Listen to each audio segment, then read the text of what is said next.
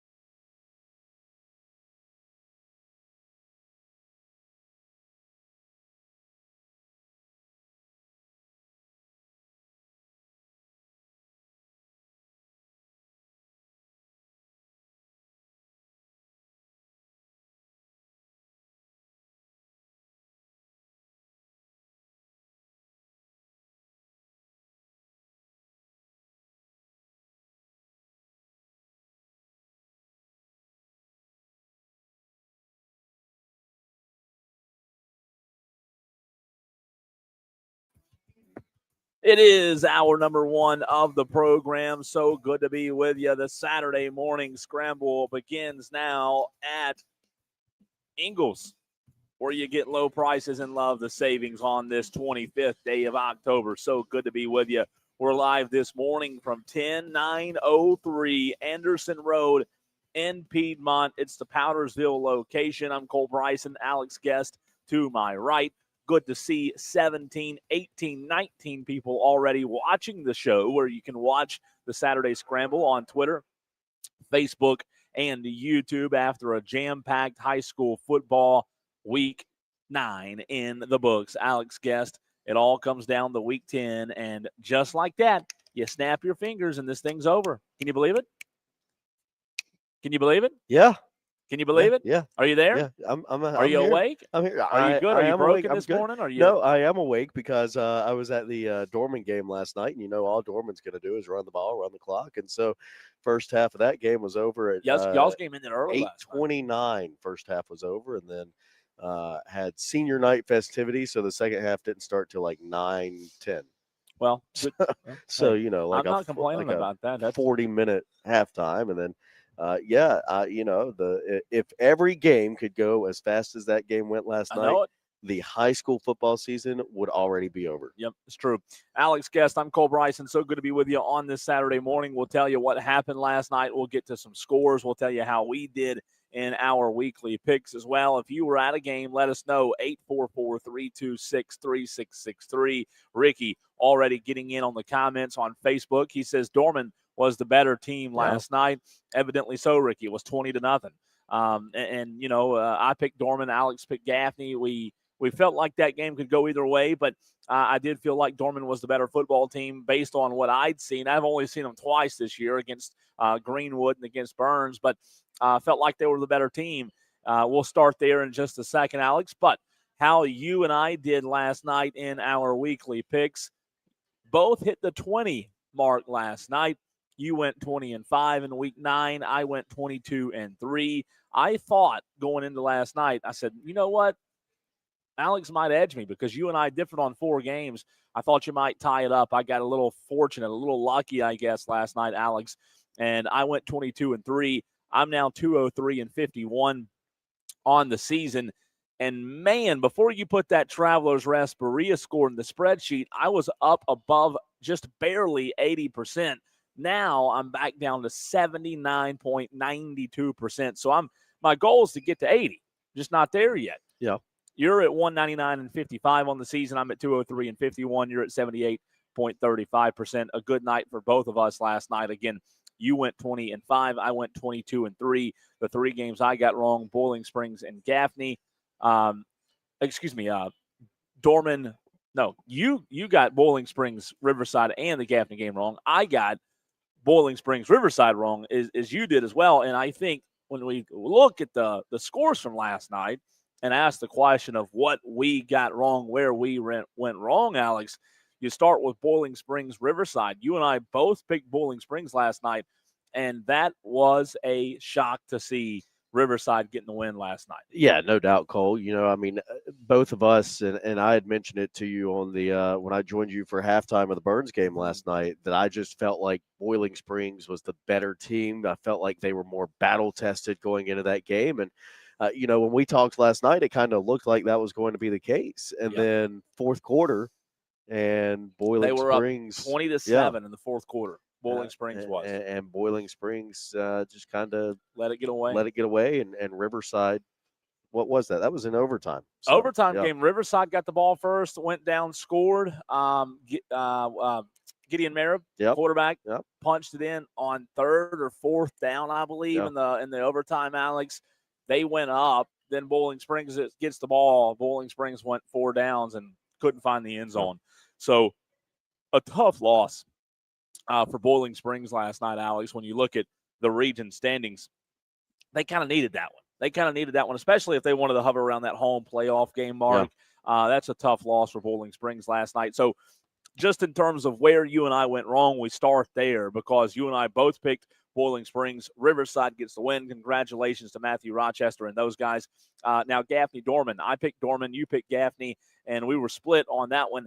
I knew, Alex, going into last night's game that game was going to be big, not for the reasons that we all know because it was a region championship on the line, but just in terms of how you and I did in our picks last night because we differed in that one. I said, man, I should pick Gaffney. I went back and forth actually yesterday a couple times in my head, and I said maybe I'll go Gaffney. All week long I was confident in Dorman, so I ended up sticking with the Dorman pick last night. Unfortunately, the Gaffney Indians, the game you were at, just couldn't get it done. Ricky was there. He talked about it as well already on Facebook, but a tough loss last night for the Indians. Yeah, tough loss, Cole. And you talk about, I mean, Ricky made the comment on the stream that Dorman was the better team last night. And I think there are a good bit of Gaffney fans waking up this morning that will tell you Dorman was the better team last night. And then there's also a good bit of Gaffney fans that, you lost your third game of the season and they're already calling for the coach's head and want him run out of Gaffney, even though he was born and raised a Gaffney guy. So there are some people that take it way too seriously, and then there are some people that me. I'm pointing it to my right. And then Cole thinks because I didn't call him back at 12 o'clock last night that I was so upset. Actually. 244. But no, I mean Dorman was the better team last night. They are they're big, they're fast, they are athletic. They're a good team. Really good team. By the way, real quick, we have 3 guests joining us this morning on the show. At 8:40, we'll be joined by Jake Morris, the head football coach of the Dorman Cavaliers. At 9:10, we'll be joined by Reggie Shaw, the head football coach of the Burns Rebels. And at 9:30, we'll be joined by Andre Cook, the head football coach of the Malden Mavericks. They had a big win last night. We'll also hear an interview from last night on the Burns broadcast with Trey Segura. He had a monster night last night. John Galloway back in the Ingles Market Studios did a great job piecing that together for the show this morning. But you picked Fountain Inn Emerald last night, or you picked Emerald over Fountain Inn. I picked Fountain Inn. That was one of the games you got wrong. I didn't know how that – hey, I will say, for the record, that doesn't look like a terrible pick because that was a really close game. Emerald led. I was following that one. Emerald actually led late in the game. And Fountain Inn came back, I believe, with just a few minutes to go and won that football game. That seemed like one of the better games of the night last night. Yeah, that was another game where in the fourth quarter, the team that won, we're talking about kind of similar to Riverside Boiling Springs. I think I saw in that game that Fountain Inn outscored Emerald 20-7 in the fourth quarter to make that comeback and win that game. Insane. So, I mean, a really impressive comeback win by Brett Nichols and his crew down there at Fountain Inn. And, where I live now, I'm a stone's throw from Fountain Inn High School, and That's a big win for them. Might have to get on the Furry train. That's a big win. Fury. Fury. What are they? Fury. Yeah.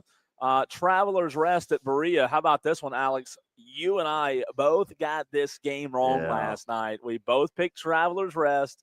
We both rode with Chris Goodman and the Devil Dogs. Unfortunately, it was the Bulldogs who got the last laugh. That one surprised you? Yeah, it did. I felt like, again, this was a game where I just really felt like Travelers Rest was a little bit more battle tested going into this game. And, you say, well, Alex, how are they more battle tested? They've played basically the same opponents all season. But Travelers Rest had two kind of quality wins early in the year, with a win over Wade Hampton, a win over Palmetto. Berea, they had only had a win over a winless Southside team. And so I just felt like that Travelers Rest was going to be your better team going into that game. I was wrong and too. Was going to come out on top. By the way, 2 in a row now, Yeah. 2 years in a row for Berea over Travelers Rest. So shout out to Drew Chisholm. He sent me a picture of the scoreboard last night, 24-21. Yeah. You and I both got that one wrong. Walhalla West Oak. I went Walhalla. You went West Oak. I don't know what I was thinking on that. Did you just want to be different? I think so. Probably. Yeah. I figured you did.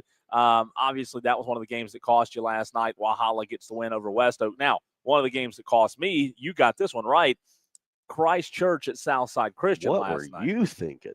Well, I'll tell you this. I watched that video of them celebrating and kind of read a recap of that game. Maybe I underestimated Southside Christian, Alex, and you and I a few years ago, remember when they were winning state championships.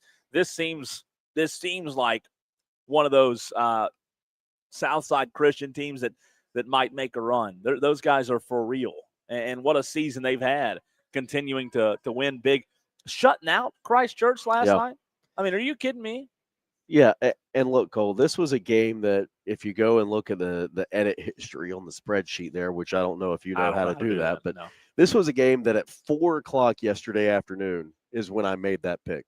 Yeah. Because I was just waiting all week. I was kind of going back and forth in my mind. Who's going to win this game?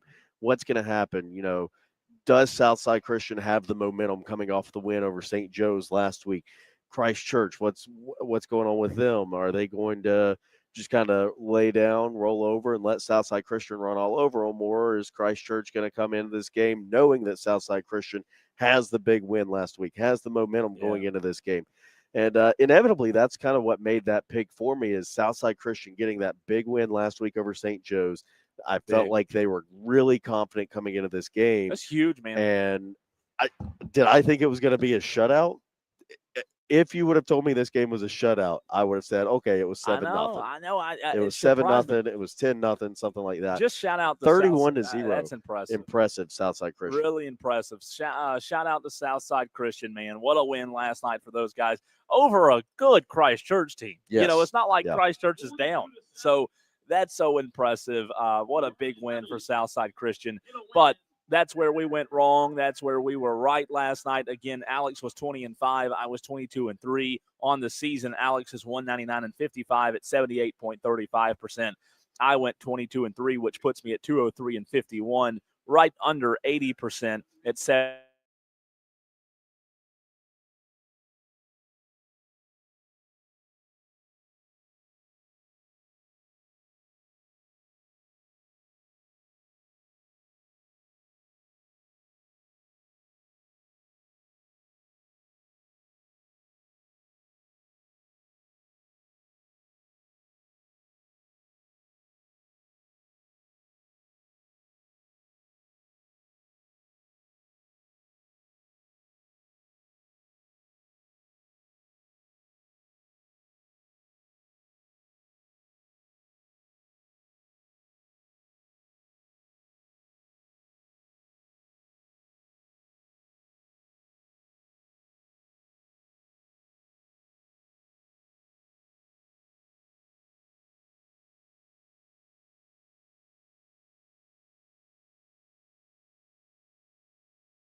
And it's almost like any team that loses can't score more than 14 points. But here's Woodmont. They fall 49-13 to Malden.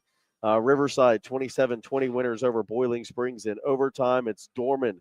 They get a shutout win over Gaffney 20-0. That's Gaffney's first shutout loss since 2016. Yeah. Burns. Game 40, you and I were both at. Yeah. Burns 42-7 winners over Spartanburg. That's a game you heard right here on these airwaves last night. It is Eastside 42-0 winners over Wade Hampton. Fountain Inn and Emerald 35-31. Fountain Inn a winner over Emerald. Close one, man. Yeah. I tell you what. Westside gets a big win over Lawrence 41-9. It is Wren 58-0 winners over Southside. Daniel 66-21 winners over Blue Ridge. Seneca a 48-14 winner over Pickens.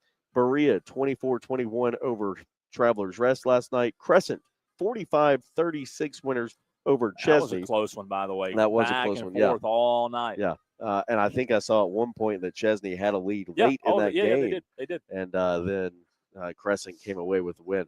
It is Belton Honeypath 52-22 winners over Pendleton. Shocker. Yeah. Walhalla 35-7 over West Oak. Powdersville gets a 42-0 win over Carolina last night. We talked about Southside Christian and Christchurch 31-0. Southside Christian a winner there. St. Joseph's 42-21 over Palmetto. Woodruff 31-10 winners over Chapman. It is Mountain View Prep MVP with a 55-12 win over Broome. Clinton goes into Blacksburg and gets a win 48-7 over the Wildcats. Liberty 40-15 winners over Landrum. Abbeville 55-7 over Dixie. Greenwood Christian 48-0 over Clarendon Hall, and Calhoun Academy defeats Spartanburg Christian 42-8. How about those are your Week 9 scores from Week 9. From Week 9, from the high school football season, Week 9, from last night. I love it. Yeah. I love it. Some really good stuff. There's some really good games last night. If you just tuned in, welcome in to the Saturday Morning Scramble. He's Alex Guest. I'm Cole Bryson. Good to be with you on this Saturday. Does that mean this is the 10th show? No, 11th show, I believe, because we started the week before Week 0, so it should be the 11th show this season of the Saturday Morning Scramble. A lot to get into tonight, or a lot to get into from last night. I guess it kind of feels like tonight still when you don't get a lot of sleep on that Friday night. But so good to be with all of you this morning at 10903 Anderson Road in Piedmont. It's the Powdersville location. That's where you can find us. We'll be here until 10 a.m. this morning. I want to say thanks to Ingles Markets as well as Founders Federal Credit Union for their continued sponsorship of the Saturday Morning Scramble. We have went over the scores. We've got to get to how they fared coming up here in a few minutes in terms of the South Carolina High School statewide media poll, how they do last night, the ones in the top 10. But, Alex, a lot of big games last night with playoff implications on the line. You know, you and I start getting to this point in the season where we're making prognostications on who will play where and trying to figure out, which team will be home in the playoffs, which team will be on the road. And last night gives us a much clearer picture with some big games having a lot of ramifications last night. Yeah, no doubt, Cole. And I've not had a chance to work on my spreadsheets yet this morning. I valued sleep last night, unlike some people. But no, I mean, it does give us a clearer picture, and, some of those regions are very clear. And then there's some where we get down to week 10 for a region championship to figure out who's going to be 1, who's going to be 2 out of that. And so, you and I were discussing it off air this morning about how some of these teams are waiting to see what happens next week to see if they get a playoff spot or not. To see if they're going to finish 5th in the region or 6th in the region. So, it's a fun time of the season because now with 1 game, 1 week remaining for most teams, you're really looking at what's going on come November. And, you can, at this point in the season for most of these teams, you are who you are. And, you want to be playing your best football this time of year, right? Yeah. You want to be peaking at the right time. And Obviously, there are a lot of teams limping into the playoffs. There are some teams that are, barreling their way into the playoffs, and it's important to be playing your best football at the right time. So it'll be really interesting to see. This time next week, you and I will have a pretty clear idea, for the most part, of what those playoffs do look like. Yeah.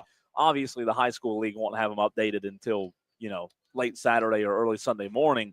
But you and I this week will be able to get a pretty clear understanding of which teams will, you probably can narrow it down to 1 or 2 teams in terms of who you're playing. So one more regular season week to go here in the upstate of South Carolina. If you missed Alex Guest going through any of those scores, I've got them posted online right now at thefanupstate.com. A great place for you to go and look at every score from the upstate last night. We will continue the conversation. We'll get into what happened in Region 2 5A. We'll get into what happened in your region as well. If you let us know who your team is, 844-326-3663. We also are going to have an interview from last night's Burns broadcast with Trey Segura, the Burns running back who had a career-high night. That's coming up and a lot more in the very next segment. A loaded show coming your way. It is the Saturday Morning Scramble right here on the Fan Upstate. Clear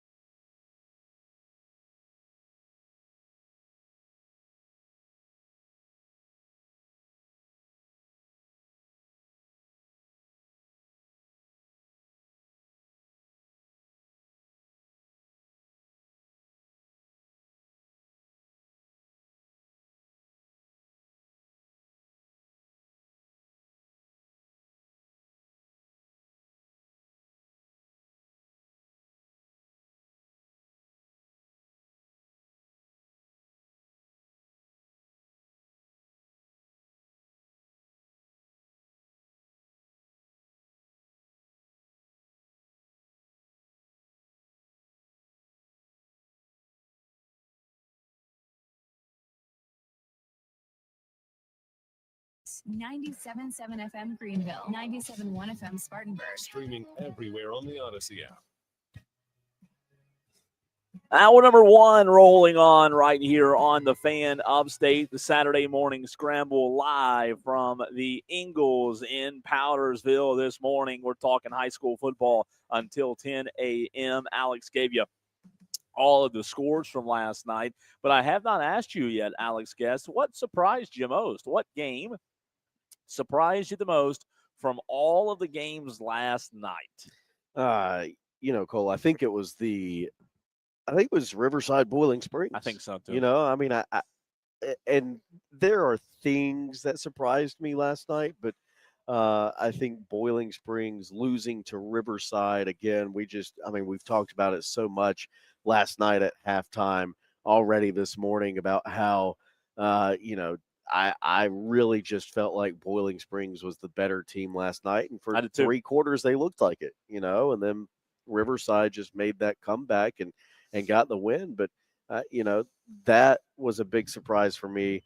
The way that, and I'll be honest and blunt, the way that Gaffney just did not play football last night surprised me. You could look at the stats and say, oh, well, there were some players that had a good night last night, but, Gaffney just did not execute the way that we had seen them execute plays earlier in the season. And so that was a big surprise. Really everything else, I know that I missed 5 games last night, but that Boiling Springs Riverside game is the biggest surprise for me. After that, it's the way that Gaffney lost to Dorman. And then from there, the other 3 games that I missed, I really kind of felt like could go either way. So nothing else after that really was a huge surprise to me. No, I'm with you. I feel the same way. Boiling Springs, by the way, led. They led, I believe, let me think. It was 20-7 in the 4th quarter. Boiling Springs led Riverside. And I felt like, man, to your point, Boiling Springs was the better team. I went back during the week last night and watched that Boiling Springs Spartanburg game. And, I was impressed with Boiling Springs, the way they played Spartanburg. It was 21-7. And, Boiling Springs shot themselves in the foot a couple of times, a couple of interceptions. They had the ball on the 1-yard line and on 1st and goal and fumbled. So I was impressed by him. And to see him come out and lose to Riverside, I'm with you. That was the biggest surprise of the night for me. Just seeing the way that Riverside was able to kind of, Gideon Merritt. Sure. He's hard to bring down. He's slippery. He's a good quarterback. So that surprised me last night, Alex. Yeah, that was in all reality, Cole, that was a game that we just really felt like going into was going to be a Boiling Springs win. And yes, Gideon Merritt, a really good player, but Riverside for Gideon Merritt, it really feels like Gideon Merritt is the only player that Riverside has that is going to be a threat when you're playing him, right? When you're playing Riverside. So again, Boiling Springs just kind of let it get away from them last night, and it's going to be interesting to see now kind of how the rest of that region plays out. We had the Gaffney Dorman game that had Gaffney won, Gaffney would be region champions. Now that Dorman won with the Spartanburg loss, now you've got a Gaffney Dorman tie for the region championship that looks like Dorman will probably end up winning outright next week. But it's going to be interesting to see how the chips fall the rest of the way for that region, with now Boiling Springs losing to Riverside. You've got Eastside with the win over Wade Hampton. So it's going to be interesting. Speaking of that region, last night, Burns got a big win, a career-high night for Trey Segura, running back of the Burns Rebels, 17 carries for 255 yards, 4 touchdowns, averaged 15 a game. We were able to catch up with him after the game, and Charles Wyatt filled in. Here's what it sounded like. Charles. We got you right here. Hey, number one, congratulations, and we got Trey Segura with us. Congratulations, 255. 255 on 17 carries, Charles. 17. What's and that 4 average? touchdowns, 15 average and 15. Cole's doing the math for us. So, but congratulations, coming off an injury week like this. I asked Coach Shaw about the result of this. I'll ask you the same thing. Did you see that coming from you, that offensive production? Yeah, I mean, I definitely I had motivation coming into this week, just how they did this last year, and I got something special for Trent, and I hate it for him, but I definitely wanted to come out here and prove what I can do. That's right. And like I was asking Coach or telling Coach the same thing, how he felt about this team going into the playoffs. How do you feel about this team with one regular season to go? Do you feel like you're playing your best football this season? Yeah, I think we're peaking at just the right time. We're getting all our pieces back. We're getting rolling on offense. Everybody's trusting everybody, and so the best is yet to come. Hey, I'm gonna give you the opportunity. I know you want to talk about those big guys in front of you, opening those holes for you. Yeah, it's one of their best games. It's one of their best games. And sometimes on some plays, I feel like I barely got touched, and that's just a testament to them and the hard work they put in while I was off rehabbing, and I'm really proud of them. Trey, one of those 4 touchdowns, you didn't get touched. No, sir, I did it. Hey, congratulations, man. 255. Congratulations. Career record for him. Charles, and he tell him might not be done. congratulations. That's Trey Segura after last night's big win for the Burns Rebels. Again, 17 carries, 255 yards, 4 touchdowns for Trey Segura against a region foe in Spartanburg. And Alex, look, man, you saw this kid a couple of weeks ago, just a junior. And again, thanks to Charles Wyatt, who filled in for Sam Clark last night, getting that interview. Every week when I watch Trey Segura, I just find myself thinking, my goodness, how does he still make some of these runs? I mentioned to you after the Gaffney game, I had a Gaffney coach call me and say, man, that was the best running back. That's the best running back in the state, hands down. Trey Segura, don't take it for granted. Watching that kid, he is phenomenal. And last night, averaging 15 a carry. Anytime he gets the football, Alex, there's a chance he scores. Yeah, and when you have a player like that in the backfield, it makes it real easy to draw up some plays and to,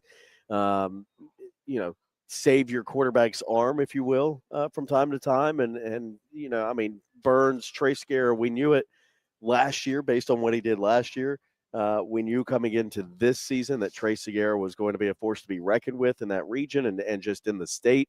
And you mentioned it. He's only a junior. Yeah. So sorry, folks that have to play Burns, on a regular basis. Man. He's just so special. He's here next year, too. Yeah. So, you mentioned it. Just a really special player, what he's able to do and just week in and week out, regardless of the opponent, is really incredible. 255 yards, again, a career high for Trey Segura. And you talk about Region 2-5A, Alex. You mentioned just a minute ago that loss for Boiling Springs in the region. As of today, obviously there's still one more week to go, but as of today, Dorman is the 1 seed in the region, Gaffney's 2, Burns is 3, Spartanburg is 4, and as of today, to correct me if I'm wrong here, Riverside would be 5 and Boiling Springs would be 6 because Riverside has the head-to-head over Boiling Springs, and both of those teams only have 2 region wins apiece. Is that right? Riverside's 3 has 3 region wins. They've got Wade Hampton, Eastside, and Boiling Springs. So last night was their 3rd region win. Okay, so in Boiling Springs now, only 2 region wins? Yep.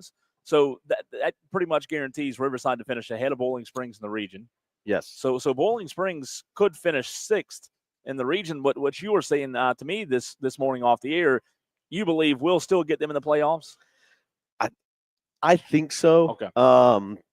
And just kind of looking at it, there's 48 teams in 5A that make it into the playoffs, and there's only 52 teams total in 52 or 54 teams in total in 5A. So, yeah, you really have to be, to the way that I kind of understand it, and it's really weird with having the 2 divisions and the buys and all of that kind of stuff. But the way that I really kind of figured it out last year is you really kind of have to go winless in your region or only one win in your region to not make it. Okay. And if memory serves me correct, Colin, I could be wrong. I'll need to go back and look at this, but I think Riverside only had 2 region wins last year and ended up making the playoffs. So gotcha.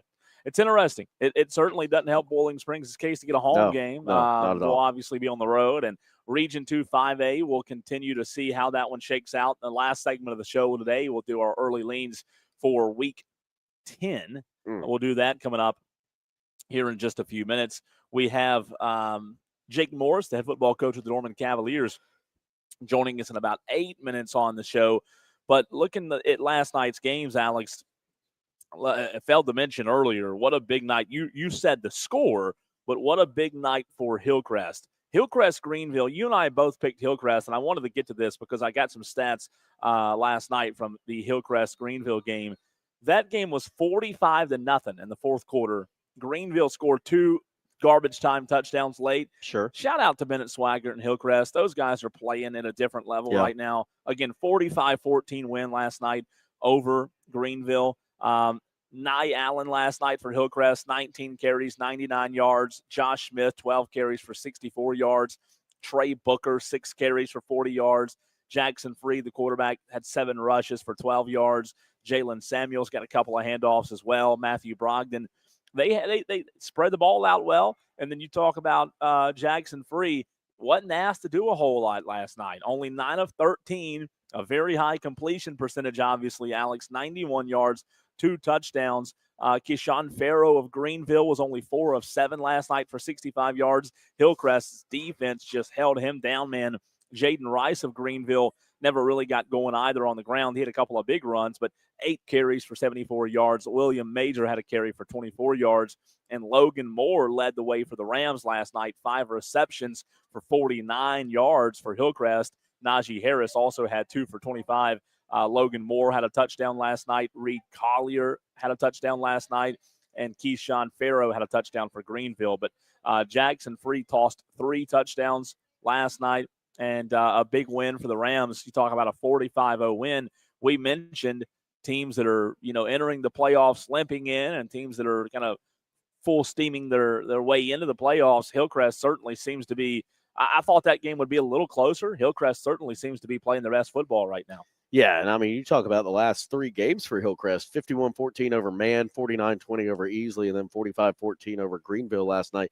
They do have the 2 region losses to Greenwood and TL Hanna early on in the region play, but I mean, the losses to who, by the way? Greenwood and TL Hanna. Really good teams. Yeah, really good teams. And they have one out of region. Who they lose to out of region? The Clover. Okay. Clover. Yeah. Week 1, early in the season. So they're trying to figure it out. Yeah, and that's again they play in a tough region. Yeah, so that's a tough region for sure. But they'll make the playoffs. 4-2 in the region, 6-3 overall. Yeah, they'll might make get a home game. Probably we'll have a home game there. Yeah, that's a team to watch though. Yeah, in Division 2, right? They're in Division 2 down there with Gaffney and those guys. Division 1. Hillcrest? I think so. No, I don't think so. You want to make a bet? I do want to make a bet. What do you want the bet to be? We're sitting live at Ingalls. You pick. You want a pumpkin? You want a jack-o'-lantern? You want to bet a jack-o'-lantern on it? Yeah, get me a jack-o'-lantern. But if you're wrong, you have to get me one. I don't know. Right? Oh, yeah. Right? If I'm wrong, I have to get you one. I want a big orange jack-o'-lantern from Ingalls Markets. Okay. Are you gonna look and see? Is there a way to look it up? I'm gonna look and see right now. Are you trusting the high school league website to tell you? Well, they're the ones. They're the end all be all of it all. So. Yeah, well, you know what? They're Division 2. So I'll take my jack-o'-lantern, baby. During the break, we'll go over there. You can pick it out. You see them? Yeah, they're like the right when you walk in, they want you to get a jack-o'-lantern. So I got me a jack-o'-lantern pumpkin this morning. Are we smelling candles right here? What are we doing? I don't know. Oh, I think we're picking coffee. Jack-o'-lantern, baby. Yeah. I got me a jack-o'-lantern on this Saturday morning. Hillcrest is Division 2. Yep. So that'll be interesting to see. The Division 2 will be fun to watch here in just a couple of weeks. Yeah. When it comes to the postseason, we've got Andre Cook coming up in the next hour of Malden. But how about those Mavericks last night? Playoff positioning wise, I was looking. They really need these last 2. Malden does. These are important games. And last night they didn't play with their food last night against Woodmont. Alex, 49-13. Malden's in a prime spot if they can win one more to kind of set themselves up with maybe a decent little a favorable matchup maybe in the first round.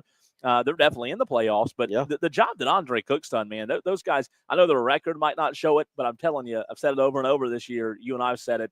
They're improving. They're playing better. Reddick Langston was great last night on senior night for those guys.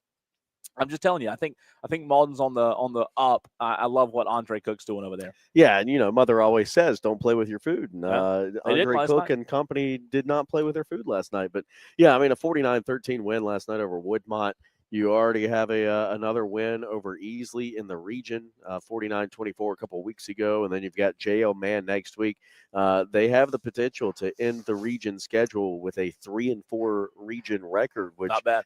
is not bad at all when you really get down into the meat and potatoes of things. Jeez, how many teams are in the region? 8. God, it's a bigger region. Well, Big same region. as Region 2. I know. over I'm there in 5A. just not used to. But I mean, they've got 4 Yeah.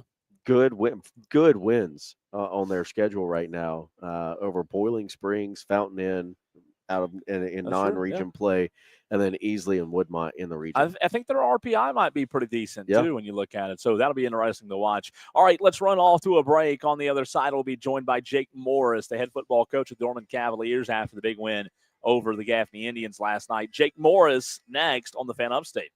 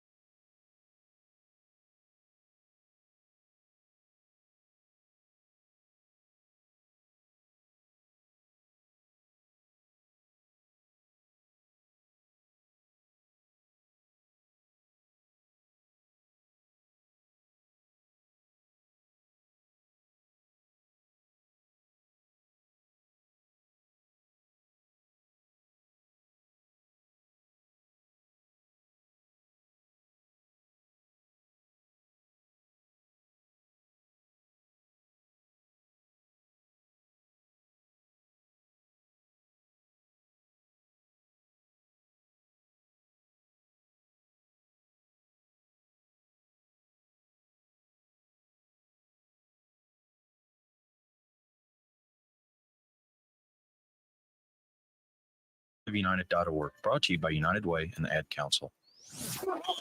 Mike is hot. Center for highlights, news, and interviews. A Saturday morning scramble on the Fan Upstate.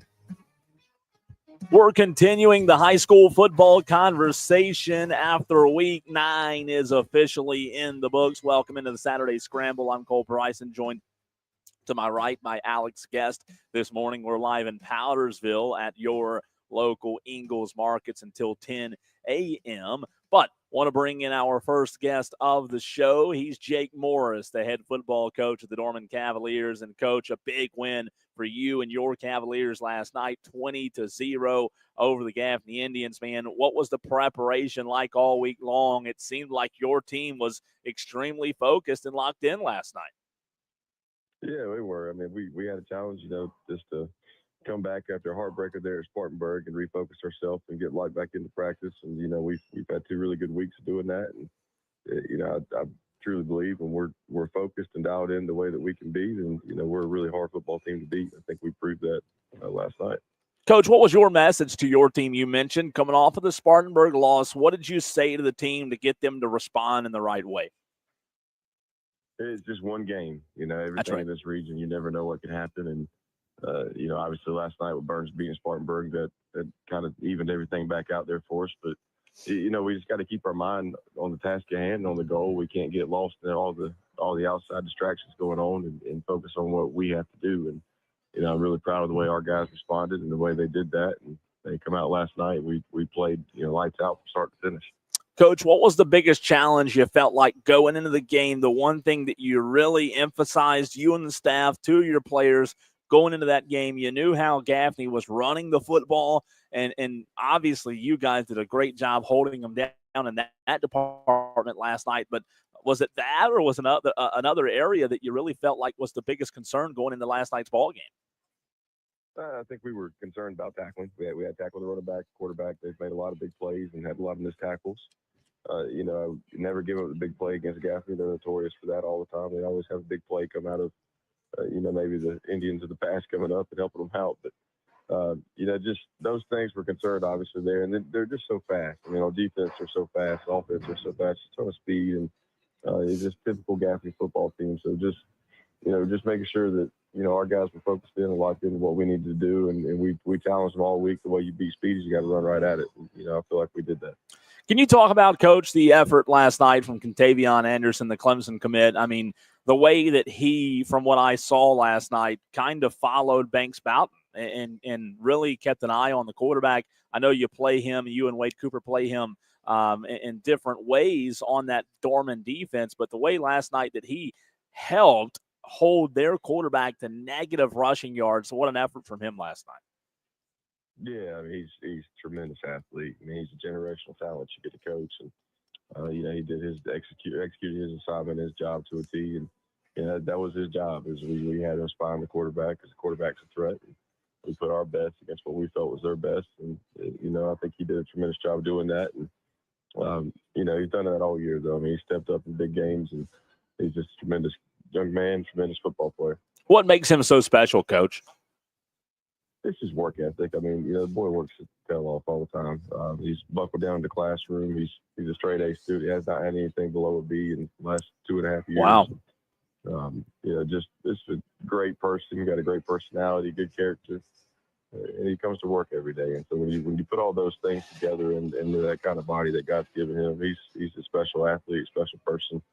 We're really excited for him and the future that he's got ahead of him. We're talking to Jake Morris, the head football coach of the Dorman Cavaliers, after last night's big 20-0 win over the Gaffney Indians. Nick Means, obviously, your bell cow back, and that offensive line continuing to be the MO, I guess, of your Dorman offense. Did you go into last night's game with any concerns that they were going to try to kind of subdue Nick Means? That's obviously easier said than done. He had a great night as well last night. Yeah, I mean, you always think that, but it's kind of hard to say that we're a one-dimensional football Sure. team now. We've thrown for over 1,100 yards this season. I know we run the ball well. We got 3 backs. Nick did a tremendous job last night, like he does every week. And Isaac Tate had a big night for us, and Carter Nash had another big night for us. So we got 3 backs. We really don't take that big of a dip when we rotate our backs in and out to keep them fresh, and that's huge. And then our offensive line we challenged them all week. Gaffney's big up front, they're fast up front. And, we dominated the trenches on both sides of the ball, and that's always good when you can do that. So, I think you got to be concerned a little bit. They're going to try to make you a one-dimensional football team, but I also think that we've shown that we can do that if we have to do that. And Coach, you just mentioned Carter Nash there. Nick Means last night, 22 for 112. Carter Nash, 7 for 58. Isaac Tate, 7 for 33. Jabez Thomas got in on the action a little bit. He's a great ball player, plays a little bit both ways, if I'm not mistaken. What's it mean to be able to have those three backs? Obviously, you're going to run your guy. You're going to run Nick Means. But when the playoffs come up, you kind of want to be able to keep teams off balance with what you throw at them. What do you feel like that can do for you guys going into the postseason? I think it's big. I mean, each one of those guys have different running styles. And, it's hard to prepare for all of those. And then when you put Jabez back there, if we put Jabez in the quarterback, and, he can throw it and he can run it. He's just a heck of an athlete. So it's a lot of issues that you got to prepare for. We give you a lot of different looks. And I think that's big going in. And you can rotate guys in and out, and you can keep them fresh. And then we're not getting them banged up and, having to take the beating the whole season, so to speak, and we can keep them healthy. Speaking of healthy, Coach, how are you? How are you health-wise with one more game to go against the East Side before the postseason gets here? We came out of last night really well, so everybody's feeling good. We're hoping we get big Christian Warren back for the playoffs. Sure. That's our goal right now. It's what we feel like is going to happen. So we're ready for him to come back with us. But yeah, outside of that, I think we're doing pretty well. I would be ready for him to come back as well. I've talked highly of him all season. What a ball player he is. And then, Coach, a curveball here on a victorious Saturday morning. If Jake Morris gets to pick, if it's your choice, what's Jake Morris's celebratory meal on Saturday after a big win on Friday night? Ooh, that's a tough one. I don't know. I'd probably have to see if my wife let me head out to the Cracker Barrel and get some breakfast. I like that'd be a good one. But that is a good answer. I'll be at the Little League Super Bowl all morning, so I'll okay. be celebrating with those guys there. And can you talk about that real quick? Yeah, I mean, we got a great, healthy Little League program going on. We got flag football coming in today with 3 games and doing their Super Bowls, and we've had about 220 kids involved in our rec league. That's always big, and so our future looks really good, and we're excited about it. And it's just going to be a big day for those guys. That's awesome. Well, Coach, congratulations on being number 1 in the region. Congratulations on last night's win as well, and appreciate your time this morning. All right, thank you for having me. Absolutely. That's Jake Morris, the head football coach of the Dorman Cavaliers. What a big win last night. And a big breakfast is what Jake Morris said he wants.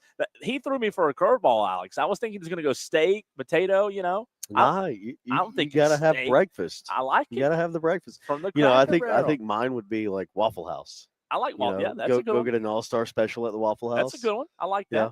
I don't know. I'm just kind of biased towards steak. Crab legs, lobster. Well, yeah. Of surf course. and turf. We live in the upstate, though. I mean, that's a good answer too. Just go to the beach real quick. Just go to Ingles Markets, and then you can get it all go. right there. Speaking of Ingles, we're live this morning at 10903 Anderson Road in Piedmont. Real quick, Alex, before we run off to a commercial break and get into hour 2, how did those fare in the top 10 of each classification in the statewide media poll? 5A. You want to start with 5A? Sure. Irmo. They're 9-0, by the way. They won, right? Yeah. Only 48-6. Only. Okay. Over Chapin. Okay. And do you know who Irmo plays this Friday? Yes, I do. Do you think it's going to be a big game? Biggest game of the state? No, I think probably. Yeah, biggest game. If I had to guess, there's probably only going to be like 8,000 people there. Biggest game in the state Friday night. Maybe more. And it's going to be, regardless of who the home team is, it's going to be in Irmo. Yeah. Because both schools are in Irmo. But which side of the interstate? I don't know which side of the interstate. Irmo, Dutch Fork Friday for the region championship. Yeah. That's going to be a lot of fun. I know those teams are out of our coverage area. It's at Irmo. At Irmo. At Irmo. So it's in Irmo. Yeah. It's in Irmo. At Irmo. So Irmo last night, they were the number 1 team in the 5A media poll. They won 48-6, so they're not going anywhere. They'll stay number 1. That's right. Northwestern was on a bye last week, or last night. Yeah. Dutch Fork defeated River Bluff 37-0. They're 7-1 on the season now. Greenwood now 8-1 after defeating J.L. Mann 56-14. You read off that score a few minutes ago. How about this? In the region kind of championship last night, I say kind of championship, I'm pretty sure it was the region championship, Ridgeview lost to Sumter 36-29. And that's a little bit of a surprise for people down in that area. A few people I talked to last night, Alex. Ridgeview losing to Sumter. They were 5 in the media poll. I'm sure they'll drop. Somerville was 6. They defeated West Ashley last night, 49-0. James Island was 7. They defeated Ashley Ridge, 28-21. Gaffney was 8. We know Gaffney lost to Dorman last night. Dorman, somehow, some way, wasn't in the top 10. By the way, for the record, they were in my top 10. My votes that I sent in, they were in my top 10. I did see they were others receiving votes. So yeah, I guess gave them you one. voted. I mean, let me just say something. Having Dorman out of the top 10 in the statewide media poll in 5A is hilarious. Yeah. Like, come on, guys. I know there are other good teams out there, but come on. You're telling me Dorman's not one of the best 10 teams in 5A? Give me a break. So just so you know, Dorman, I voted you top 10. And man, what a night it was last night for Dorman. Maybe they'll be in the top 10 this week. I don't know. I mean, I'm sure what they else will. do you have to do? If anything, they'll probably switch spots with Gaffney. What do you have to do? Yeah. Indiana was 9. They defeated Fort Mill 20-16, a really close game. Indiana's undefeated. Yeah. 9-0. Wasn't it just yesterday Indiana was like 2A? Or, I mean, it feels like playing Blacksburg. It does feel like that. And now they're a 5A team. 5A, so, T.O. Hanna, all they do is win 8 in a row. They defeated easily last night. They were 10. They might move up a couple of spots because of 2 teams losing last night. They defeated easily 31-14. So that'll be really interesting because Hanna, I mean, find the team hotter. I said it last week. Find the team hotter than T.O. Hanna right now. We'll get to the rest of those in terms of 4A, 3A, 2A, and 1A. South Point was number 1 in 4A. They won last night. Belton Honeypath was number 1 in 3A. They won last night. Strom Thurmond was number 1 in 2A. They defeated Saluda last night by 6, so really close game. They're now 8-1 in Class 1A. Bamberg Earhart, they're 9-0. They were number 1. They defeated Allendale Fairfax 70-0 last night, so they'll stay number 1. And Abbeville was number 2. We'll get to a little we'll take a deeper dive into that coming up in our number 2 of the show. But we still have to talk to Reggie Shaw, the head football coach of the Burns Rebels, Andre Cook, the head football coach of the Malden Mavericks, continue to break down last night's games and a lot more right here on the Saturday morning scramble, 8 to 10 a.m. on the Fan Upstate.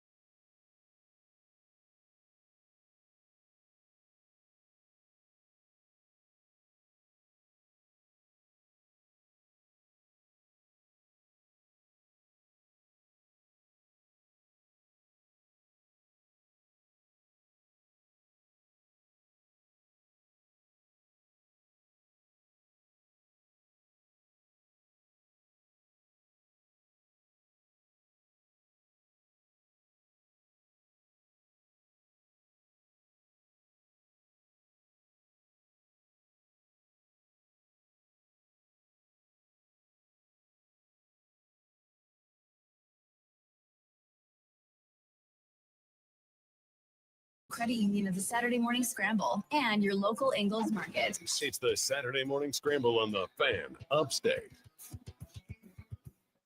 It is hour number 2 of the Saturday Morning Scramble. So good to be with you on this Saturday. It is the 25th day of October. I'm Cole Bryson, joined by Alex Guest. One more hour to go, talking high school football. What the heck happened last night? Not to mention, we're live this morning at 10903 Anderson Road in Piedmont. It's the Powdersville Ingalls, and we love our Ingalls markets, and we encourage you to do the same. Check out your local Ingalls this weekend. Also, thanks to Founders Federal Credit Union for their continued sponsorship of the Saturday Morning Scramble. Make sure you check out foundersfcu.com.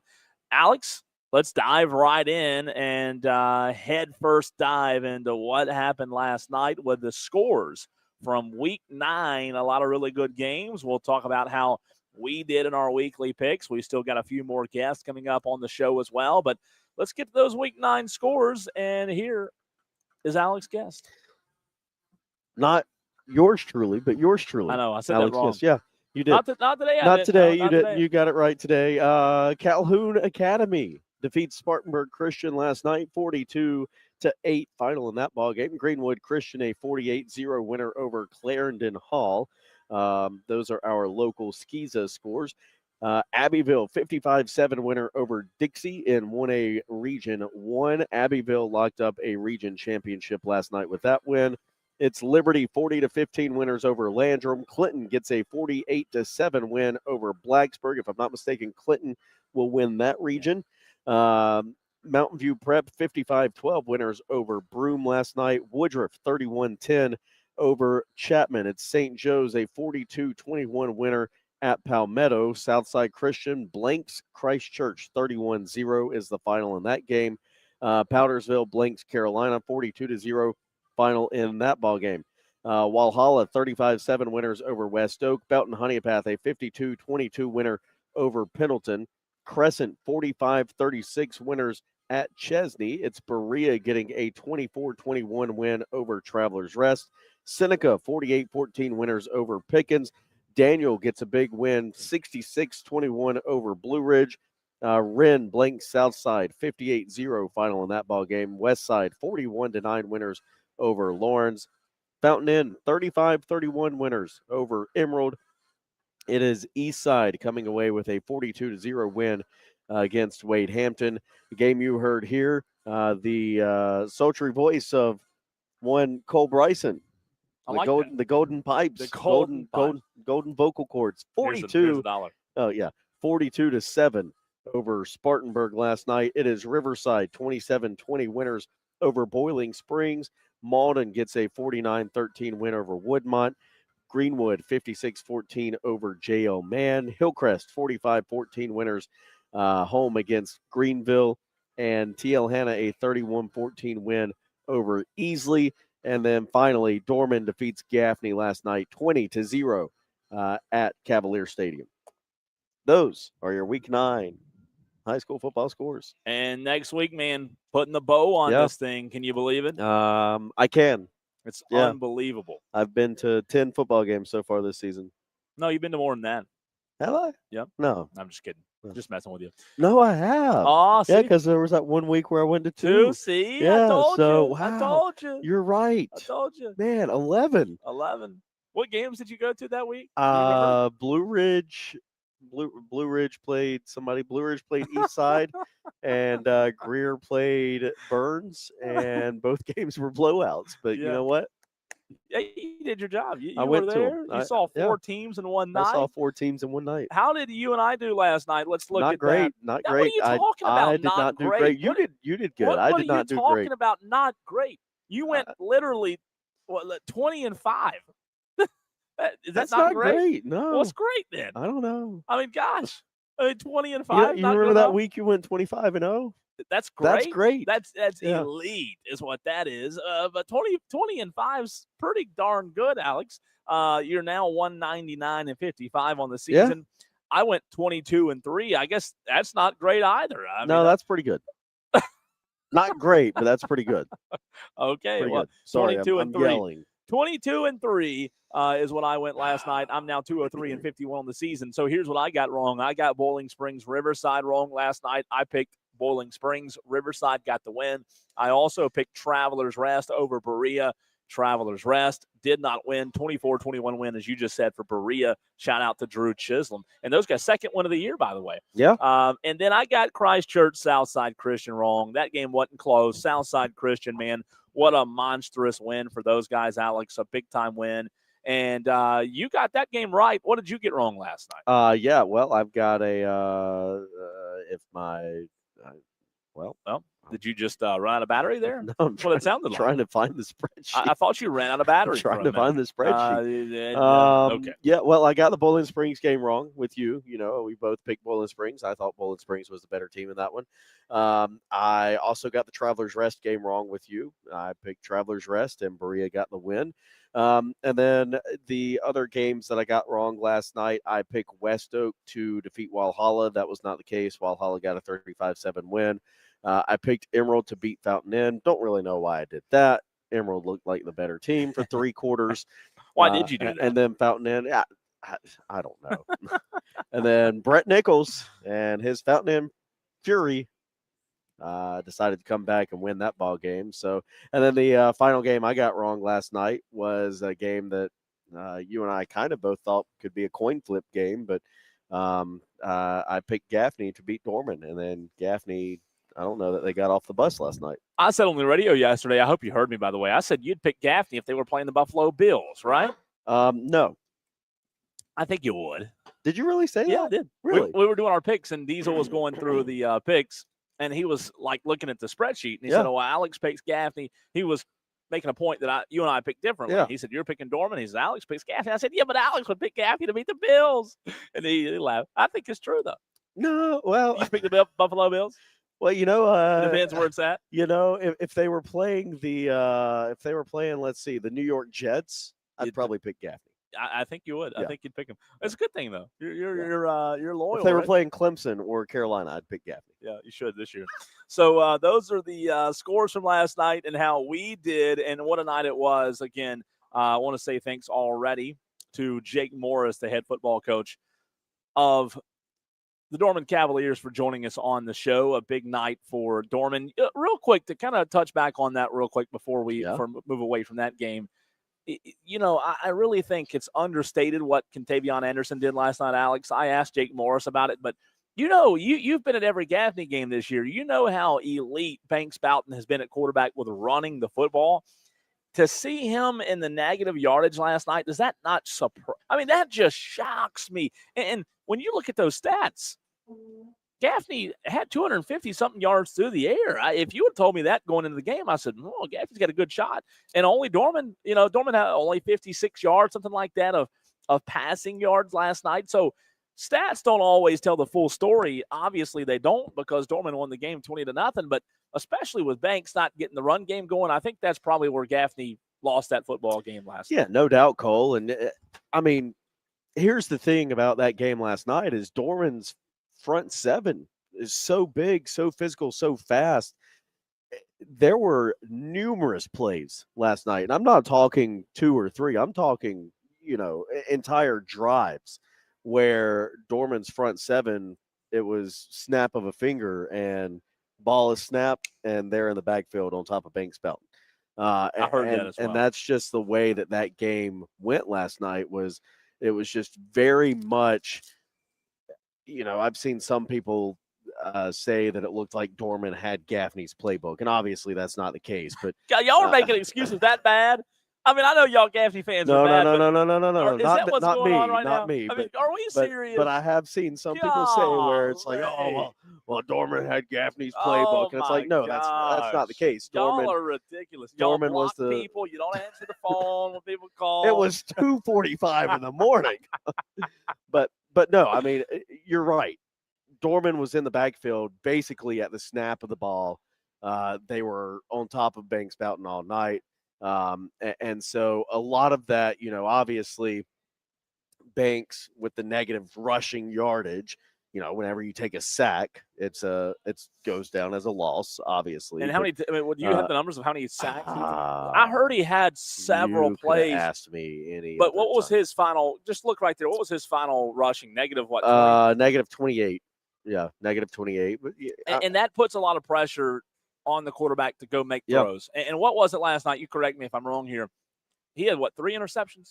3 interceptions last night, and 2 of those interceptions, Dorman in the red zone, completely jumped the route. Were they in the red zone or close to it? If I'm not mistaken, all 3 were within that. They're on their side of the field. Yeah, they were all on the Dorman side of the field. Yeah.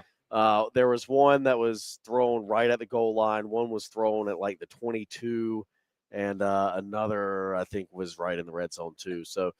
But I mean, when you look at his passing stats, 17 of 29 for 226, not bad until you get to those 3 interceptions. And that's what I think, based on what they had to do last night in the second half, Gaffney had to start throwing it around the yard a little bit more in the second half.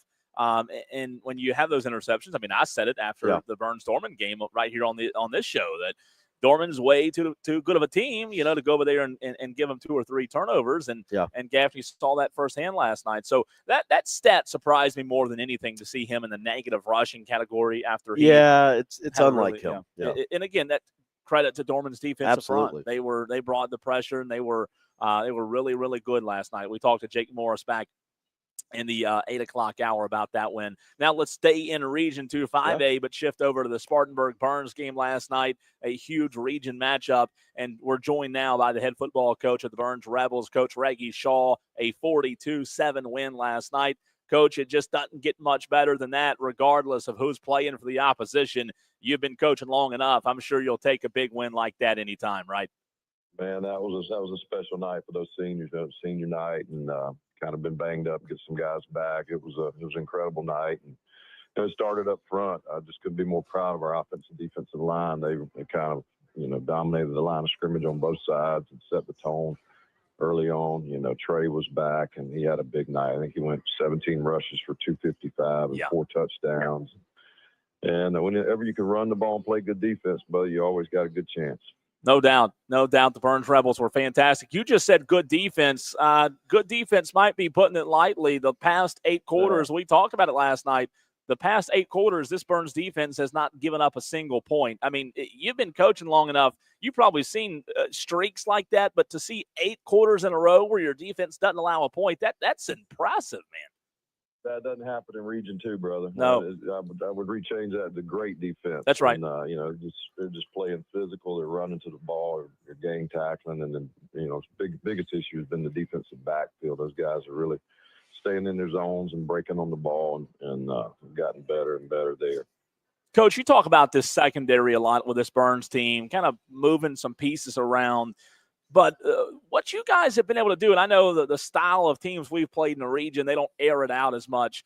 But I'm looking at season stats. Do you realize that the Burns defense has only given up 6 touchdowns through the air this season? Wow. I didn't realize that. That's pretty good. It's impressive. It's impressive in 9 games, no doubt. No doubt. And Fred Crossman, year 13 is him as the defensive coordinator at Burns. He's got that defense playing really well. When you talk about Trey Segura, you mentioned it, 17 for 255 and 4 touchdowns last night. He also had a few receptions as well for 20-plus yards, making it look easy. Does that kind of set the bar in terms of running backs that you've coached, that you've seen? Obviously, Burns has had some really good ones come through that high school, but to see what Trey's done just in such a short amount of time, that's got to be just almost a bar-setting type of kid, type of athlete that you get to see every day in practice as well. No doubt, man. Trey is, I say Trey is elite because of what he can do, not only at the line of scrimmage, but once he gets in the open field, he has his vision and cuts and just is able to run over you or run by you. I mean, he's a total package, and he can catch the ball out of the backfield and hurt you there. So I'm just glad he's on my side. He's a lot of fun to watch. He's a great young man. How tough is that going to be, Coach? Do you think when you talk about Trey, he's a junior now, he's got an offer from pretty much anybody you can throw a dart at a map and pick the schools that have offered him. How has he handled that as a junior? I mean, he's being patient, hadn't made a decision yet. Next year, obviously, he'll probably have to make a decision at some point. But how has he handled that with all that, the pressure and the offers that just continue to pile in? Yeah, I mean, it goes back to just being a part of a great family. His parents are wonderful, and they keep him grounded.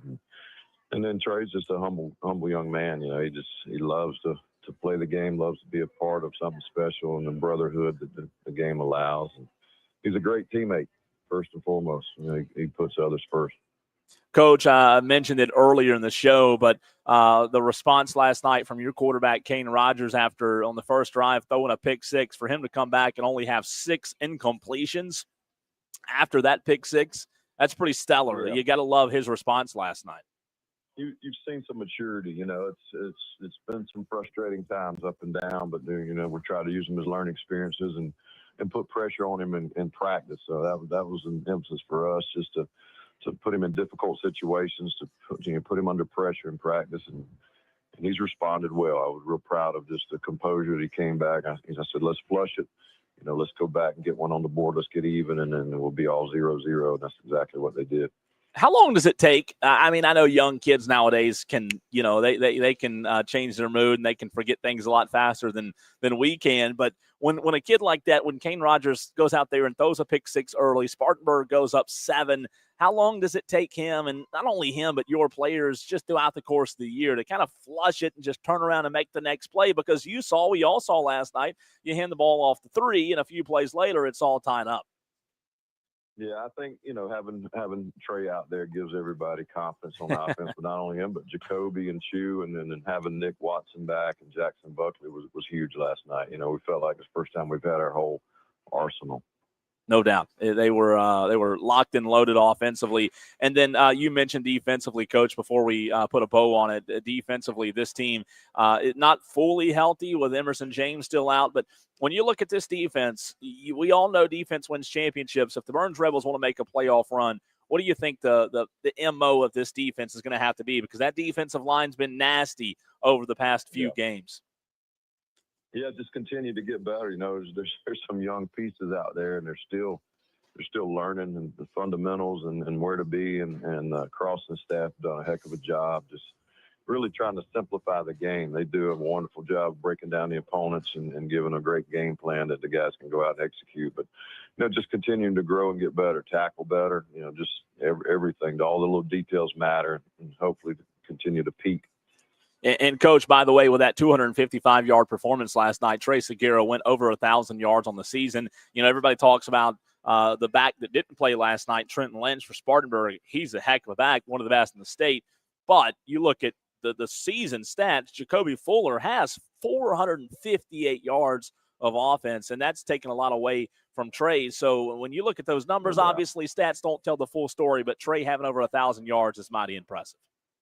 No doubt. You know, it's we try to balance those guys out, keep them fresh and healthy, and they both complement each other, and we'll continue to do that.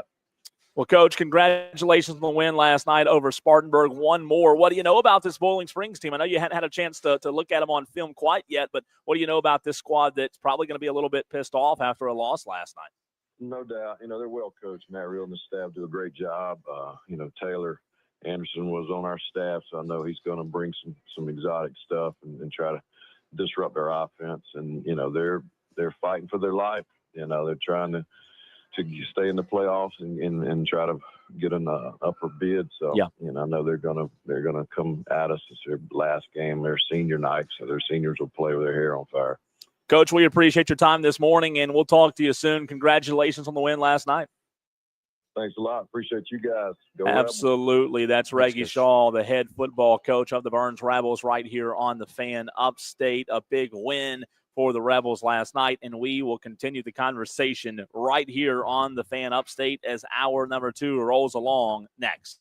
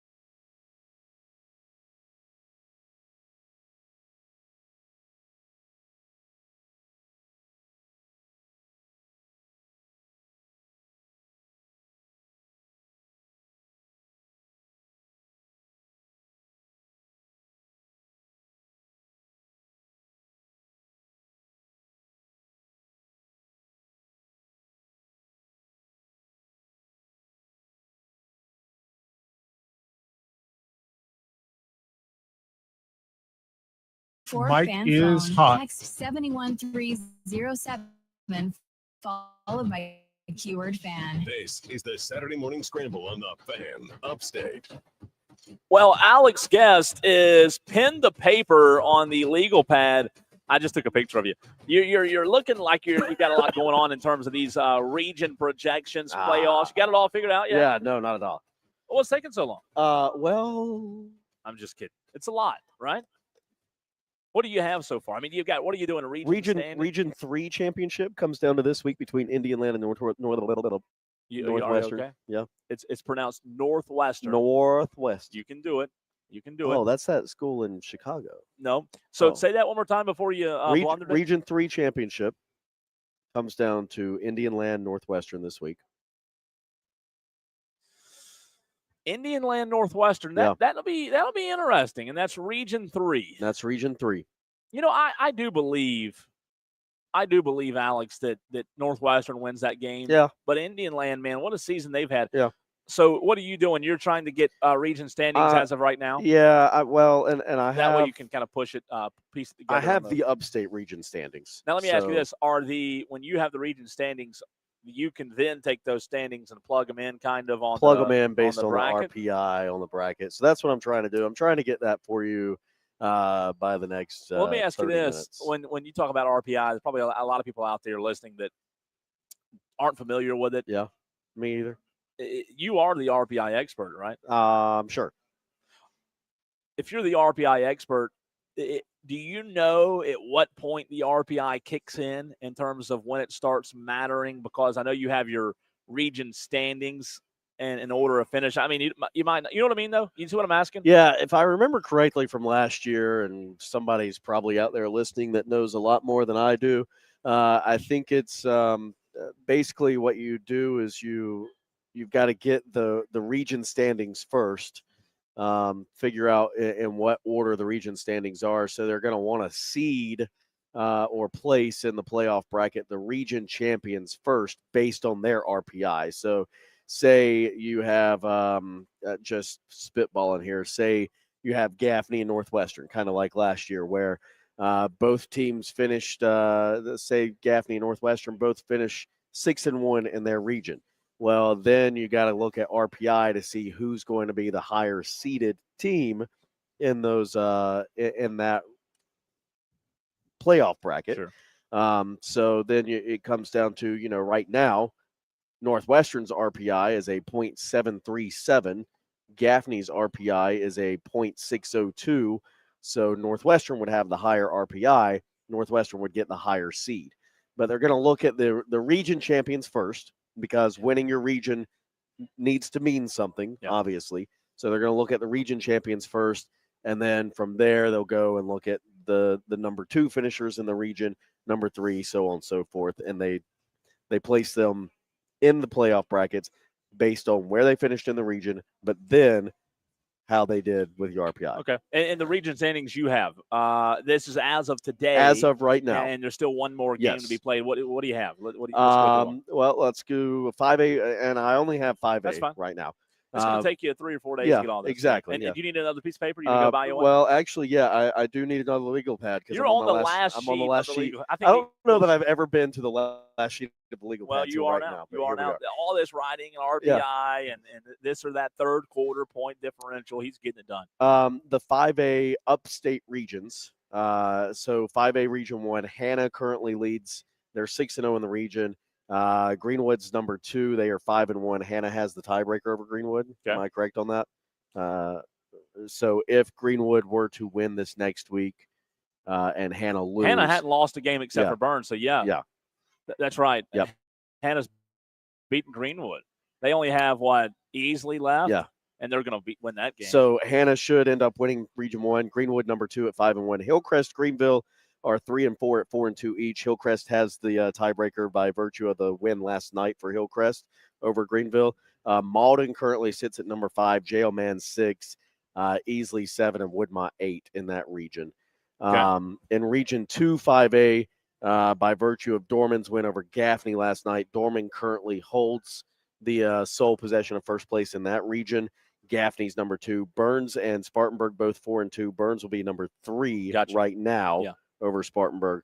Riverside would be 5 in that region. Boiling Springs 6. Eastside 7. Wade Hampton 8. You look over at Region 3.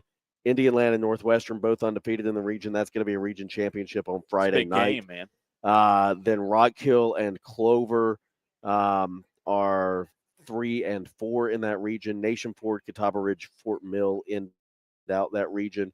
And then Region 4, Irmo, Dutch Fork, they're playing for a region championship this coming Friday. Then White Knoll, Lexington, River Bluff, Chapin round out that region. And then you kind of get into who's Division 1, who's Division 2, and see where they end up in the playoff brackets. But,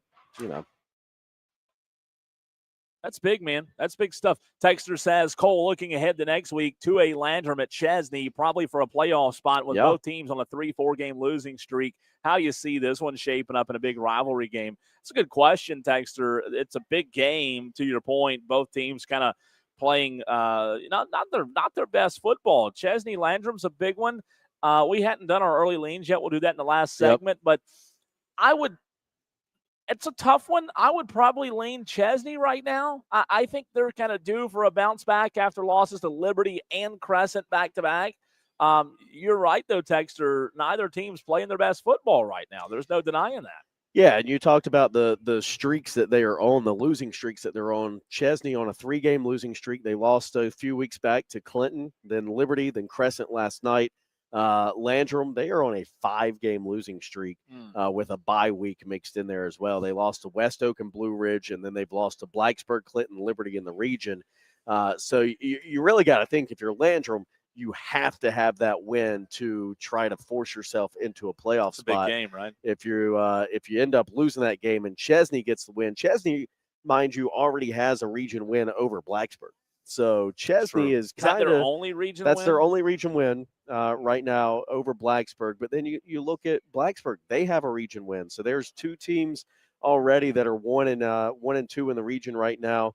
Clinton, they wrapped up the region championship. They finished the region 4-0. They are on a bye this coming week, so Clinton will be your region 2 1A or your region 1 2A champions rather. And then Liberty's kind of sitting in that number 2 spot right now. They're 2-1 in the region. But yeah, that number 3 spot in that region is going to come down between Blacksburg and Chesney.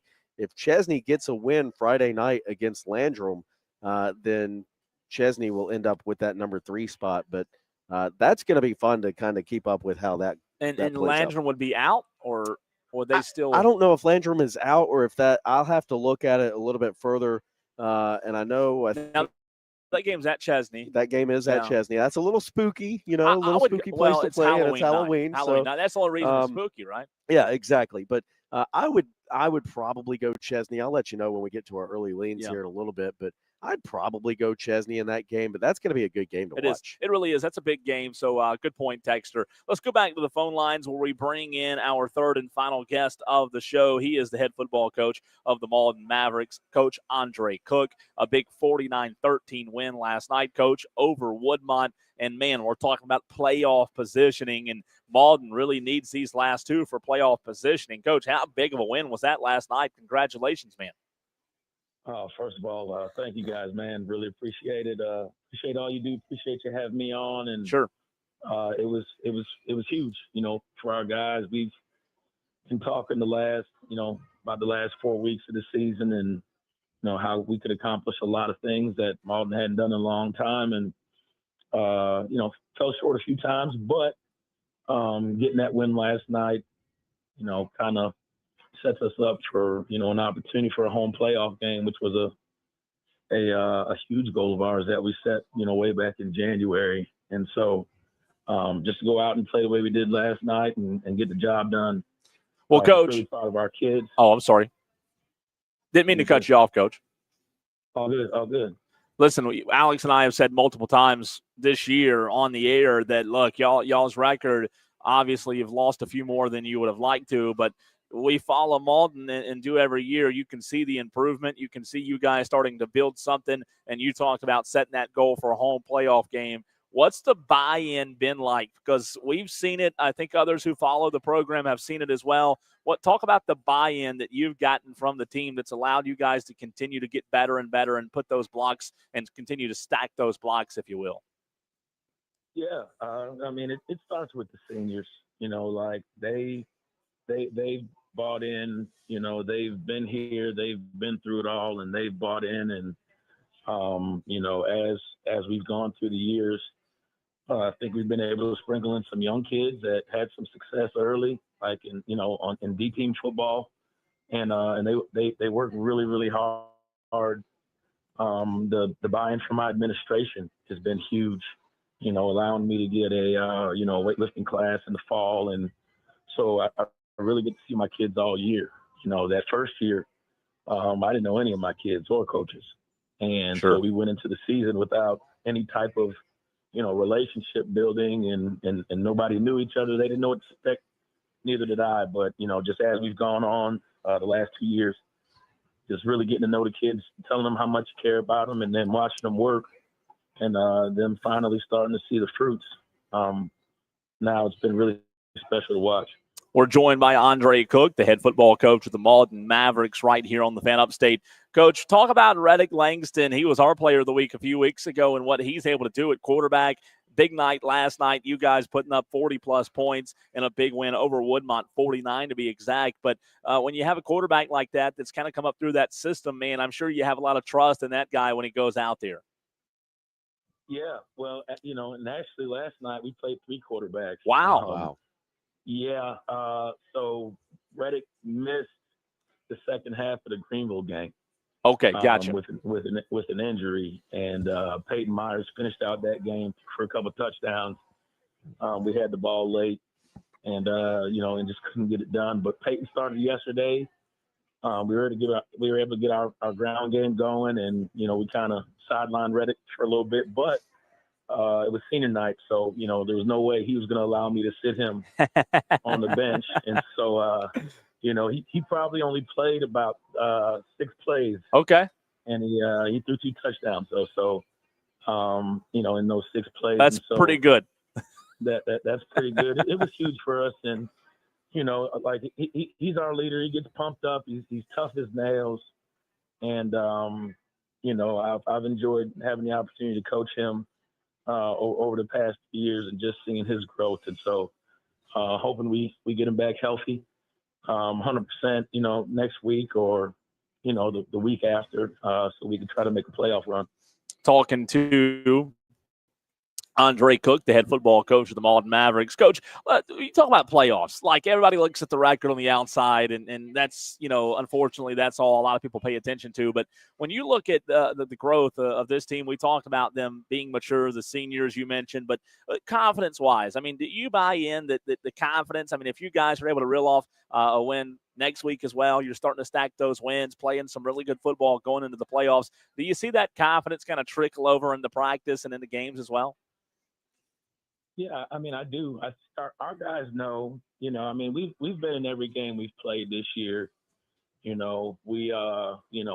played, 2 of the top 10 5A teams in the state, took one of them to overtime, and T.L. Hanna, and we played Greenwood really close for, 3 quarters. And so, our kids know, and it always comes down to execution. Like, I tell our kids, like, it don't matter who you play, it matters Sure. how you play. And so as long as they can continue to, just believe that, know they can compete with anybody. That was the message throughout the summer. And I think, throughout the season, they've kind of proved that they can play with anybody, and just understand that, in order to get the job done, you got to be able to execute. And so, just having a little bit of extra focused time as we go into the playoffs, to just worry about varsity and not the middle school program and not the JV program. We can maybe get some things tightened up to make it run. Well, Coach, last question. This is the most important question. I asked Jake Morris of Dorman this question back in the 8 o'clock hour, and I'll tell you what his answer was after you tell me mine. But after a big win on Friday night, if it's Andre Cook's way, what's your celebratory meal on Saturday? You get to choose. What do you like? I like to go. We have a place here Maverick Biscuit. I like to go to Maverick Oh, Biscuit. And I have one near my house too, Bowling Springs. Yeah. So I go get the short rib, the Cowboy Benny. It's a short Oh rib man, and some short rib Benedict. So that's I'm a big eggs Benedict kind of guy. Okay. Not the traditional. Yeah. But I like all the different versions that are out there. Have you had the Hangover? I have not. Let me tell you, not like that. The menu item. The menu item. I know the menu. Alex is over here laughing at me. The menu item. Try it. What I a question to ask Well, a high that's school true. football coach That's at 9 true. o'clock on a Saturday You're right. morning. You're right. Maybe I should have worded that a little bit different. Jake Morris of Dorman, by the way, also agreed with you on the breakfast. He said Cracker Barrel breakfast. So y'all both going breakfast there. I like it. Coach, congratulations, man, on the win. Always appreciate your time. Yes, sir. Thank you so much. Absolutely. All right. Andre Cook, the head football coach of the Malden Mavericks, Alex, after a big win on Friday night over Woodmont. And you said a minute ago they've got one more game left against. Did you say not? I'm trying to think. Malden? Malden. Yeah, Malden. Who's the final game again? They do not play Malden. They have one game left against J.O. Man. Okay, yeah. Gotcha. You had that schedule pulled up, and I remembered it. Yeah. It was a Greenville County team. I just couldn't remember who. So Malden, J.O. Man in the final week. And they've won, what, 3 now? 4 now? 2 region games, 4 overall. 4 and Malden 5 now, overall. 4 and 5 overall. 4 and 5 chance to overall. get back to 500 Yeah. Friday, man. That game's at J.O. Man. Obviously J.O. Man hadn't had the season they've wanted under first-year head coach Bryce Smiley, so that's a big one. Yeah. I think right now, again, we'll get to early leans in the next segment, but Malden kind of – I think they're playing well. I think I'm going to lean Malden in that one. Well, with that being said, it's time to do our early leans for Week 10. What do Alex and I like in terms of the Week 10 matchups? Final segment of the show, final opportunity for you to get your comments in on the text line or on the stream 133 watching on YouTube, Twitter, and Facebook, where you can watch the Saturday Morning Scramble live on the Fan Upstate.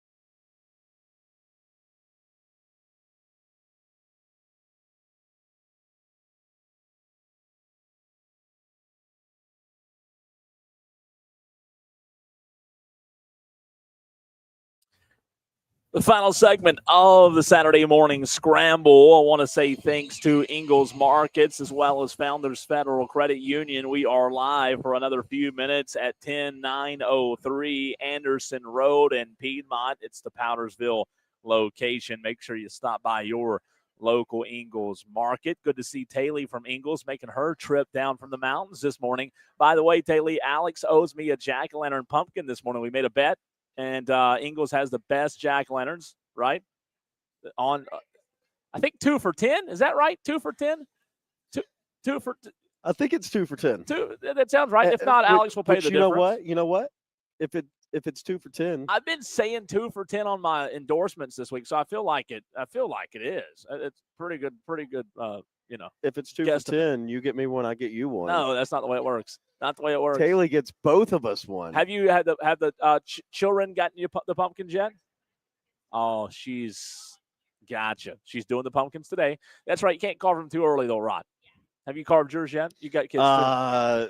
I have 2 that are not carved, and I have one that we were going to put my 2-month-old daughter inside, but we've yet to do that. You're going to put your 2-month daughter inside the pumpkin? Yeah. We're just going to put her inside, put the top. Taylor says it's a thing. What Yeah. a thing? What? Take a picture. And committing crimes is a thing too, but No, that doesn't oh mean it's my right. Putting a kid inside a pumpkin? Oh, yeah. What are y'all doing? Y'all got to get off TikTok. Y'all, that's what y'all got to do. Pinterest. Excuse me. Pinterest, yeah. I'm sure Alex's wife saw it on the internet, so now you got to stick your kid, stuff a kid Have in you a never pumpkin. seen this before? No, I've never seen a stuff a kid. Stuff a kid. Taylor says it's not always cute. It's not. Yeah. I'm with you. Well, by the way, Taylor, thank you for letting us be here. We appreciate it. And I don't know how we got down that road, but now Alex is looking for his, a Look, picture there it is of with my son in a pumpkin 3 years ago. And the look on his face is like the look on his face is WTF. why am I here? Yeah. What am I doing? What am I doing? That's funny. So make sure you get your pumpkins today from Ingles Market. No better place to get pumpkins in the upstate, wherever you live in the upstate, wherever you may be listening. Make sure you get your pumpkins today. As Taylor's doing, as Alex is going to do. He's buying 4 today when he leaves, he said. So, hey, how many viewers do we have on the stream? 138 right now. Hey, can I give a shout out? 2 of those are my nephews in Cincinnati, Ohio. Okay. Rhett and Riggs. Shout out to Rhett and Riggs, my nephews in Cincinnati, Ohio. Thanks for watching the stream today, kids. Watching the show from Cincinnati, Ohio. They love us. That's awesome. They love us. That's glad somebody does. You, not me. I don't know. Watching the show from Cincinnati, appreciate. What were the names again? Rhett and Riggs. Rhett and Riggs. Yep. I like it. The R's there. Early leans? Early leans. Yeah. I guess we got to get to it, don't we? I got us sidetracked. I'm sorry. It's okay.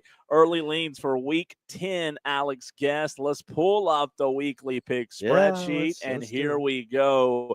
It's the final regular season week for high school football in the upstate of South Carolina. Which way are we leaning here? Greenwood taking on easily this week. Greenwood probably going to win that one. Going to win convincingly. Yeah. I may not go through every single one of these. Hillcrest, Woodmont, early lean for me. Hillcrest, after the way they just demolished Greenville last night. I mean, are you feeling the same thing when it comes to Hillcrest? And Yeah, Woodmont? I'm taking Hillcrest in that one big. What about Malden J.O. Man? You mentioned that game a few minutes ago. We talked to Andre Cook, the head football coach. Does J.O. Man have anything left in the tank, or are you leaning Malden? You know, I think J.O. Man, this one's a toss-up for me right now. I'm leaning Malden. I think J.O. Man will keep this competitive probably for a half, maybe 3 quarters. But I think Malden's going to be the better team in the long run. T.L. Hanna Greenville, leaning Hanna, again, they haven't lost since week 0, Alex, and Greenville coming off of a tough loss last night to Hillcrest. Any chance the Red Raiders can pull a massive upset? Or who are you leaning? You leaning Yellow Jackets? I'm leaning Yellow Jackets here. Again, I think this could be competitive for maybe a half for 3 quarters. But I think T.L. Hanna and that offense T.L. Hanna runs is just incredible. It is. It's hard to stop. Yeah. After a 42-7 win last night over Spartanburg, Burns making the trip up Highway 9 to take on Boiling Springs. Boiling Springs team that's probably going to be playing a little upset after the way last night ended. You know, those guys had a 20-7 lead yep. over Riverside in the fourth quarter. They allowed Riverside to score, They ended up scoring 20 unanswered there, I believe, in the fourth quarter, including overtime, to win that game. So a big game for playoff positioning. It's a region game. I don't care, what the records are. And right now, I would lean Burns with them being fully healthy. But, man, you got to expect Bowling Springs is going to be playing with nothing to lose too, right? Yeah, and Boiling Springs is going to try to get a little bit better of a playoff positioning, if you will. Right now, I have them as 11.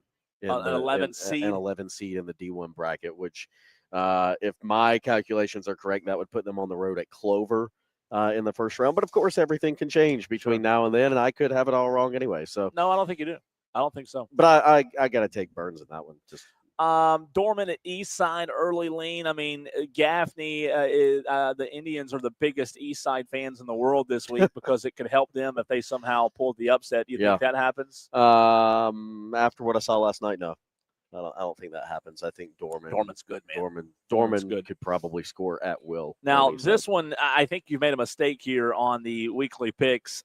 Riverside at Spartanburg, early lean. I'm going Spartanburg. This is just early leans. What are you leaning? Early here? leans. What are you leaning here? I'm leaning Riverside. Really? Yeah. Really? And the reason I'm leaning Riverside is Riverside. Hey, and look, I get it. Spartanburg's going to be pissed off after the way that last night's game went against Burns, but Riverside, I think I'm going to go momentum, and we'll see if another headset gets broken on that Spartanburg sideline or not. And now, I will say Riverside, it's not a crazy lean because Trenton Lynch not playing obviously matters for Spartanburg. He's an awesome running back.